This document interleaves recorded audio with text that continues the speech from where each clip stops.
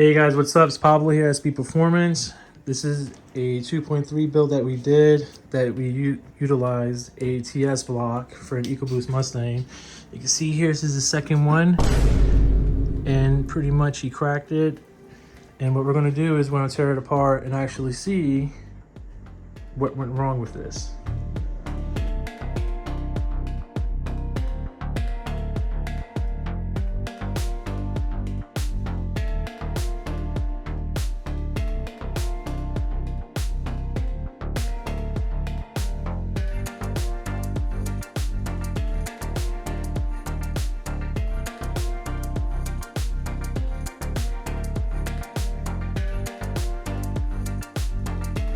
All right, we're gonna take the cylinder head off now. We have everything broken down.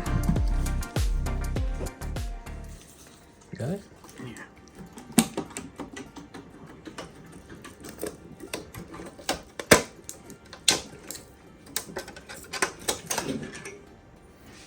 Yep. Okay.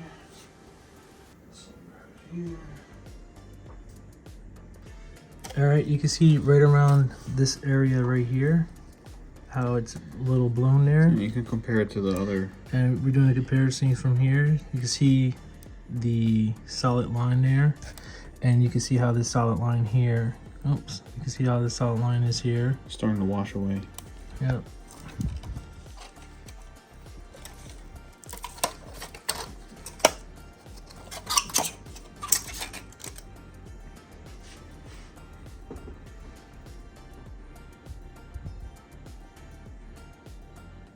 Yeah, mainly on the top side.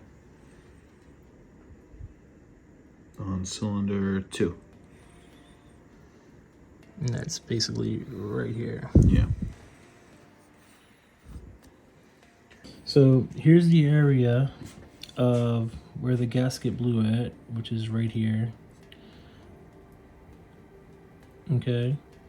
And then you can see how these dark rings are here? You have this, oh, so you see how you have like this dark solid ring here, and then you have this solid ring around here, and you have a semi-solid ring around here. You see this one. That's right here. You see this one right here? It basically right here. So the coolant washed it out. So all the carbon that was around this area here, it just pretty much washed it out. Like when you started it up, it was like blah, blah, blah, blah, blah, and that's it. But it was pretty much kind of leaking right here. This copper spray, we do it. I have another video showing the difference on one that we did. Well, we didn't do, and you can actually see like all the oil seepage from here and there, and even like on new blocks and stuff, like, I mean, not new blocks, like used blocks, they have the same thing. So we put this copper spray so that it helps relieves that there's no oil residue coming out from the sides, because you have an oil feed port here and an oil feed port there. The copper spray is basically just an added measure to seal up all the fluid passageways. Yeah. So now this is the customer's second block, right? Now this one isn't as bad. He just went on a dyno, came off the dyno, had an issue. You understand? It happened on a dyno. This one here, this is his first block. I want to show you guys something. You see this right here? This is blown. Right here. Oh, no.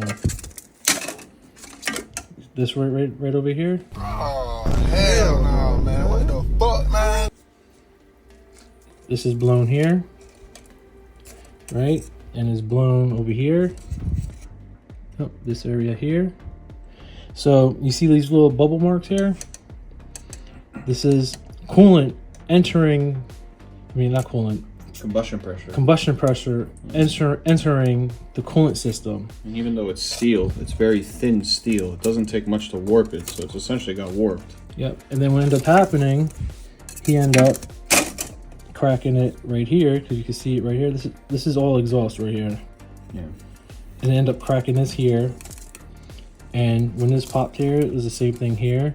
So what ended up happening was that the combustion pressure, which is on a running car, you figure if you're doing like 20, 30 pounds, you have 1800 psi going into the coolant system, right? And in turns, making it swell up and crack.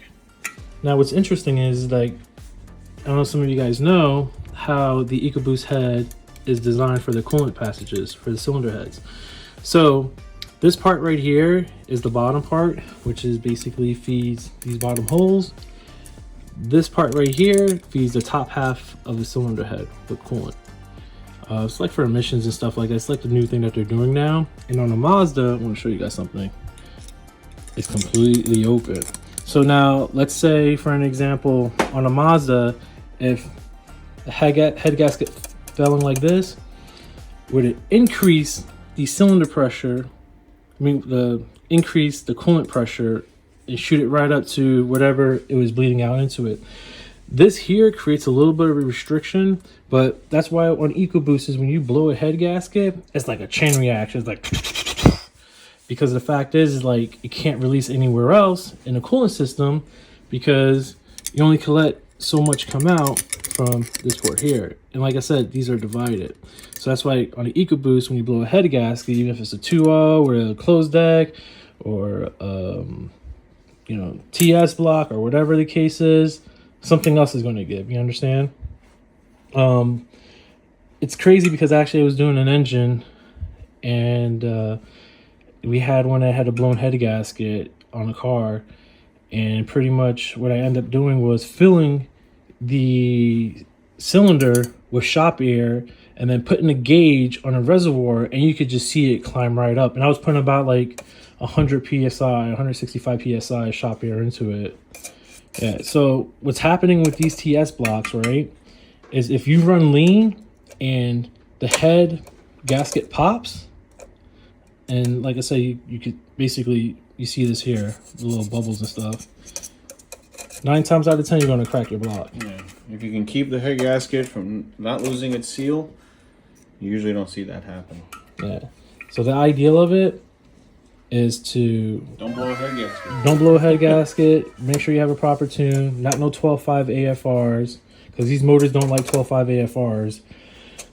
I don't know where everybody's getting this 12.5 AFRs at. If you do a 12.5 AFR on a Mazda, what happens, Nishan? Melt the head gasket. You melt the head gasket. Eventually, it won't happen. Now, I want you guys to understand this. For those that who are new to this, Mazda is, well, the Ecoboost is built off of what Mazda did. Mazda is the original Ecoboost. Yeah. So if you don't do 12.5 on a Mazda, why would you do 12.5 on an Ecoboost? Just saying. Just saying. It doesn't matter about the DI, the pressure, nothing like that. It's the same thing. And you have to remember, if you have 12.5, right, out your exhaust, that doesn't mean that these are each 12.5. Well, that's correct. Yeah, I mean, it's an average of all 4 cylinders. It's an average of all 4 cylinders, so it might even be worse than that. Right. So why would you do 12.5? You understand? Keep it at 11.5, and that's it. You won't have none of these issues. In my opinion, I think the best air-fuel ratio on these engines is anywhere from 11.0 to like 11.6, anything in between. You're not gaining any power going, pulling. Any higher than that. But Ecoboosts suffer from back pressure. It's just the nature of the beast, and with back pressure comes heat, and you need extra fuel enrichment in order to absorb that heat. And when there's not enough, this head gasket absorbs the heat, and then it loses its seal, gets warped, and then it's all just a downhill spiral from there. All right, guys. See you on the next video.